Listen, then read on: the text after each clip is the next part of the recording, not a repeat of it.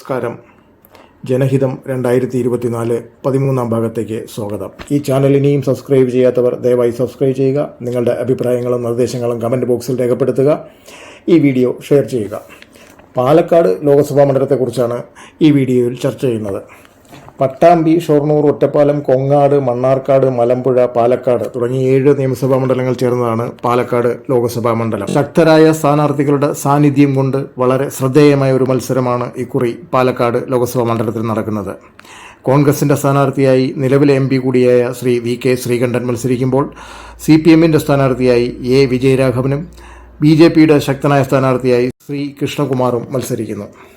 ഇതിൽ ഓരോ നിയമസഭാ മണ്ഡലത്തിലെയും ജനങ്ങളുടെ ആഗ്രഹം പരിശോധിച്ചപ്പോൾ നമുക്ക് ലഭിച്ചത് പട്ടാമ്പിയിൽ 19% പേർ BJPയുടെ വിജയം ആഗ്രഹിച്ചപ്പോൾ 33% പേർ UDFൻ്റെ വിജയവും 34% പേർ LDFൻ്റെ വിജയവും ആഗ്രഹിക്കുന്നു. 27,767 വോട്ടുകൾ BJPക്കും 48,227 വോട്ടുകൾ കോൺഗ്രസിനും 49,688 വോട്ടുകൾ CPMനും ലഭിക്കാം. ഷൊർണൂരിൽ 34% പേർ BJPയുടെ വിജയം ആഗ്രഹിച്ചപ്പോൾ 32% പേർ UDFൻ്റെ വിജയവും 33% പേർ LDFൻ്റെ വിജയവും ആഗ്രഹിക്കുന്നു. 38,737 വോട്ടുകൾ BJPക്കും 36,458 വോട്ടുകൾ കോൺഗ്രസിനും 37,597 വോട്ടുകൾ CPMനും ലഭിക്കാം. ഒറ്റപ്പാലം നിയമസഭാ മണ്ഡലത്തിൽ 22% പേർ BJP വിജയിക്കണമെന്ന് ആഗ്രഹിച്ചപ്പോൾ 37% പേർ കോൺഗ്രസ് വിജയിക്കണമെന്നും 36% പേർ CPM വിജയിക്കണമെന്നും ആഗ്രഹിക്കുന്നു. 34,274 വോട്ടുകൾ BJPക്കും 57,643 വോട്ടുകൾ കോൺഗ്രസിനും 56,085 വോട്ടുകൾ CPMനും ലഭിക്കാം. കൊങ്ങാട് നിയമസഭാ മണ്ഡലത്തിൽ 27% പേർ BJPയുടെ വിജയം ആഗ്രഹിച്ചപ്പോൾ 33% പേർ കോൺഗ്രസിൻ്റെ വിജയവും 36% പേർ CPMൻ്റെ വിജയവും ആഗ്രഹിക്കുന്നു. 36,687 വോട്ടുകൾ BJPക്കും 44,840 വോട്ടുകൾ UDFനും അഥവാ കോൺഗ്രസിനും 48,916 വോട്ടുകൾ CPMനും ലഭിക്കാം.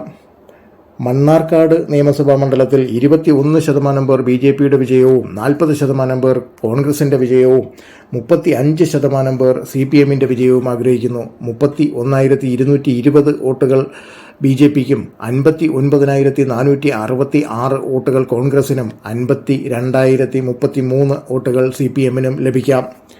ഇനി മലമ്പുഴ നിയമസഭാ മണ്ഡലം പരിശോധിക്കുകയാണെങ്കിൽ 38% പേർ BJPക്ക് അനുകൂലമായി സംസാരിച്ചപ്പോൾ 29% പേർ കോൺഗ്രസിൻ്റെ വിജയവും 30% പേർ CPMൻ്റെ വിജയവും ആഗ്രഹിക്കുന്നു. 60,770 വോട്ടുകൾ BJPക്കും 46,377 വോട്ടുകൾ കോൺഗ്രസിനും 47,976 വോട്ടുകൾ CPMനും ലഭിക്കാം. പാലക്കാട് നിയമസഭാ മണ്ഡലത്തിൽ 37% പേർ BJPയുടെ വിജയം ആഗ്രഹിക്കുമ്പോൾ 31% പേർ കോൺഗ്രസിൻ്റെ വിജയവും 29% പേർ CPMൻ്റെ വിജയവും ആഗ്രഹിക്കുന്നു. അതായത് 52,318 വോട്ടുകൾ BJPക്കും 43,834 വോട്ടുകൾ കോൺഗ്രസിനും 41,006 വോട്ടുകൾ CPMനും ലഭിക്കാം. ആകെ വോട്ടുകൾ കണക്ക് കൂട്ടുമ്പോൾ BJPക്ക് 2,81,773 വോട്ടുകളും കോൺഗ്രസിന് 3,36,845 വോട്ടുകളും CPMന് 3,33,301 വോട്ടുകളും ലഭിക്കാം. ഈ കണക്കുകൾ വെച്ച് പരിശോധിക്കുമ്പോൾ 3,544 വോട്ടുകളുടെ ഭൂരിപക്ഷത്തിൽ VK ശ്രീകണ്ഠൻ കോൺഗ്രസ് സ്ഥാനാർത്ഥിയായി മത്സരിക്കുന്ന VK ശ്രീകണ്ഠൻ വിജയിക്കാനാണ് സാധ്യത.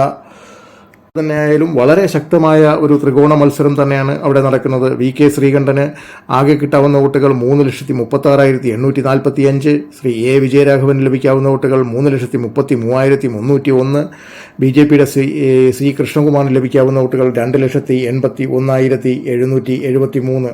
അതായത് നേരിയ ഒരു മാർജിനിൽ വെറും 3,544 വോട്ടുകളുടെ ഭൂരിപക്ഷത്തിൽ, അതായത് 4,000-ൽ താഴെ മാത്രം വോട്ടുകളുടെ ഭൂരിപക്ഷത്തിൽ ശ്രീ VK ശ്രീകണ്ഠൻ വിജയിക്കാനുള്ള സാധ്യത കാണുന്നു. ഈ വോട്ടുകൾ എപ്പോഴും വേണമെങ്കിലും അങ്ങോട്ടും ഇങ്ങോട്ടും മാറി മറിയാവുന്നതേ ഉള്ളൂ.